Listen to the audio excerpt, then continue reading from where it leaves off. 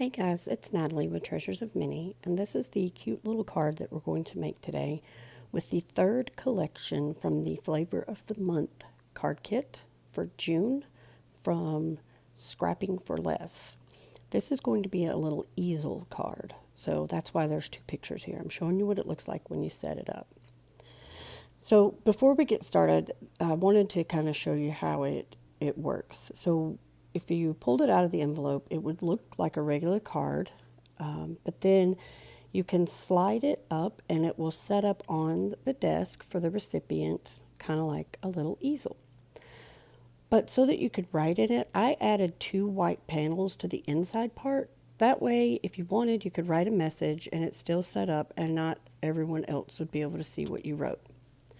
So the stamp set that we are using is from Lawn Fawn called Mermaid for You.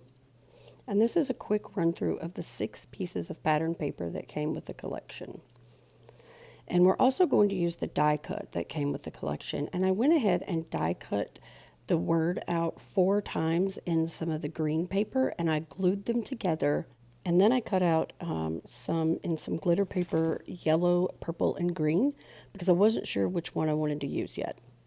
So let's get started with our card base. This is also a piece of the cardstock that came with the card kit, and I've cut it at 4 1/4 by 8 1/2. And then you're going to turn it sideways and you're going to score it at 4 1/4 and 6 3/8. And then we're going to fold it. So first you're going to fold it forward at the 4 1/4 line. Make sure you use your bone folder so you can get a nice good crease. And then you're going to fold it back on the 6 3/8 score line. So it's going to be kind of like a accordion fold here. And again, making sure that everything lines up good. That's what I'm doing right here. Mine, I guess I kind of twisted my paper a little bit so my score line wasn't perfectly straight. So I'm using my bone folder here to kind of push it back where it needs to be. So now you can see it's going to sort of look like that. So with more of that cardstock, you're going to need a 4 1/4 square piece. And then with some score tape, I'm going to put a strip of it at the very top and then another strip right over the top of the score line. I'm going to peel the backing off, and then we're going to line up that 4 1/4 square piece to the top edges and press it down and kind of burnish it. Then you will see that it will open a lot like this. So I'm going to go ahead and flip it all the way open so we can do the inside first. Now I've cut this piece at 4 inches by 2 inches, and I'm going to glue that down with Tombow. I cut a piece of white cardstock at 4 inches and a little less than 2, and I'm going to glue it down as well, but I want to leave a little space right there. That is what's going to help our easel part stand up. I'm going to go ahead and cut another piece here for writing. But as you can see now, when we open it up, it will set in that little valley that we have there and help it stand up better. So now I've cut a piece at 4 by 4, and I'm going to add that to the front of the card as well. Now we're going to use my photo oxide technique, and we're going to make this pretty shiny circle. So I die cut a circle out of some glossy photo paper, and it's going to go on the front of our card. But first we need to do the photo oxide technique. So with some broken china, faded blue jean, and cracked pistachio, I'm going to make some like wavy lines on my craft mat here because I want my ocean water to go from light to dark, and I want it to look like it has movement. So I'm just waving it across, and I'm going to go back with a little bit of cracked pistachio and put in a little other color, but it wipes off really easy with a baby wipe. So then I'm going to spray some water over it, and I'm just going to lay my circle right in it. And where it didn't pick up well, I'm just going to plop it back down in there like you see me doing here. And when I have it covered the way that I want it, I'm going to dry it. And to not waste, I'm just going to plop it back in there again with what's still on my mat and dry it again. Now once it's dry, I'm going to take a baby wipe and wipe off the chalky. And this is what you're left with. It is so pretty. Now we're going to set that aside for a second, and I'm going to show you what I've already done off camera. So I already colored and cut out the different elements with the stamp set, and I was able to fussy cut all the way to the edge, the mermaids and the rocks, but when it came to the coral and the grass, when I tried to do it, it just wouldn't work. I do not have the dies to this set, so I cut it out, leaving some white around it. That was much easier, but I do not like the white. I think it takes away from the card. So with my Prismacolor pencils, I went back in and I colored in the white with some blue. And then I took the purple in this case, and I added some darker and lighter purple throughout to give it some shading. I did stamp these with the oxide inks, so I just matched my colored pencils up with the oxide ink. I did this with the grass as well, so you can see the different shading that I have on here. So I have another little trick I want to show you. With the die set that came with the kit, there are these little bitty tiny stars. I went on and die cut those out, but I like to take my tiny die cuts and put them on a post-it note on the sticky side. This is full adhesive, so I can take my tiny die cuts and put them on there, and it will keep them from blowing off of my desk until I'm ready to use them. Now, I didn't realize that the camera wasn't running, but I went ahead and glued my circle down, and I stamped some of the grass with peeled paint photo oxide inks. Now I want to start assembling it. I'm going to show you, I think I've showed you this before. I like to take a small dot of Tombow glue and I let it dry. When it's dry, it becomes removable. So you can see here, it looks like I've made my scene already, but I really haven't. I just stuck them down in position with that removable Tombow so that I can decide where I want everything, and then I can take it off piece by piece when I start assembling. So now that I've taken that side off with some Tombow, I'm going to start actually putting things down where I want them. So for this coral and this piece of grass or seaweed, I'm gluing it straight down to the piece. And then I'm going to come in with my rock, and I'm going to glue that straight down too. I'm not popping any of this up just yet.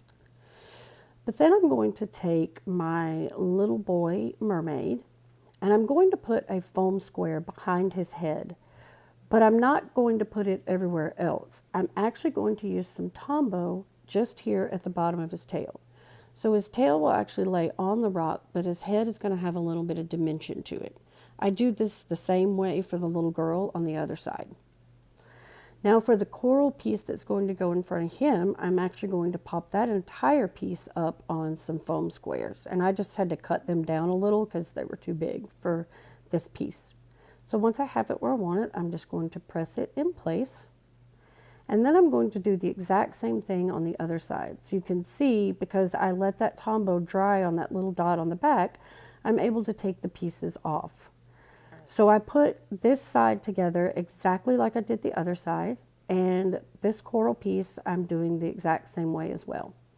So now I'm going to get back out my little tiny die cuts with the shells and stuff. And I actually want this one to look like it has some dimension too.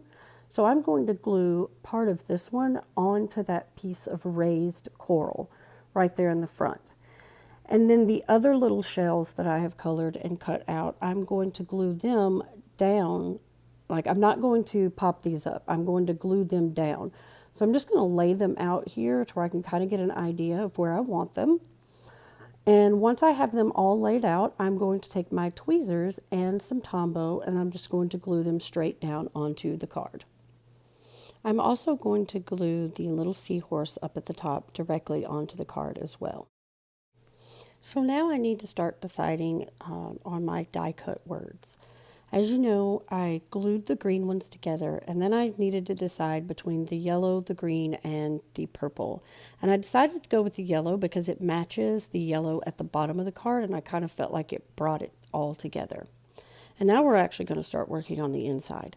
So with the pieces of pattern paper that came in the collection, I cut out some random circles. And then with my really small circle die punch, I cut out these little random fish and turtles and octopus that was on the pattern paper. And I edged all of the circles with blue or peel, like the little turtle I did with peeled paint, and the other circles I think I did with tumbled glass. And I'm just kind of arranging these where I think that I want them.